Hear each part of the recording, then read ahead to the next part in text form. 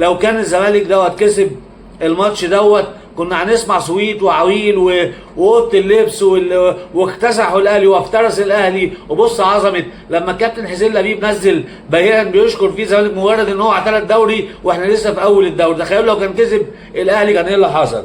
انا متخيل الصحافه الزملكاويه والامين الزملكاويين على راسهم ميدو وبيدو وخالد الغندور والاخ عفيفي وغيرهم واسلام صادق ورضا عبد العال، كان هيقول لك ايه؟ كانت هتلاقي المانشيتات بقى يانيك فيريرا الثعلب اللي هو جون ادوارد الاسطوره التي لم يجد بها الزمن، مصري بفكر اوروبي وبيؤدي وبينفذ وبيقود الكره في الزمالك، ولا اعظم ولا اروع.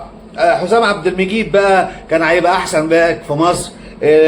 ناصر ماهر كان هيبقى احرف لعيب في قاره افريقيا. الجناح البرازيلي ب50 زيزو، ب70 زيزو، ب80 زيزو، وكان هيتقال فيه ما في الخمر.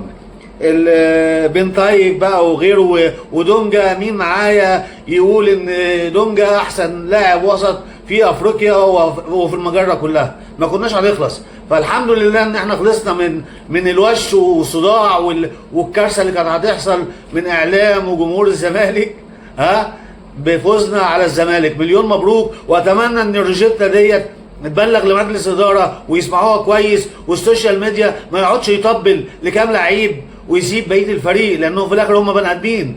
ياسر ابراهيم وغيره واحمد عبد القادر وقفشه ومروان والشناوي، الناس دي اللي جايبه لك بطولات في اخر 5 6 سنين، مش الاخ امام عاشور ولا الاخ زيزو مع احترامي ليهم ولا الاخ تريزيجيه، عشان الناس دي الزبل تتركن على جنب وتكبروا لي الناس دي. استقيموا ويرحمكم الله. الاهلي فوق الجميع، والاهلي اهم من اي حد، والاهلي طول عمره ما فيهوش معلمين.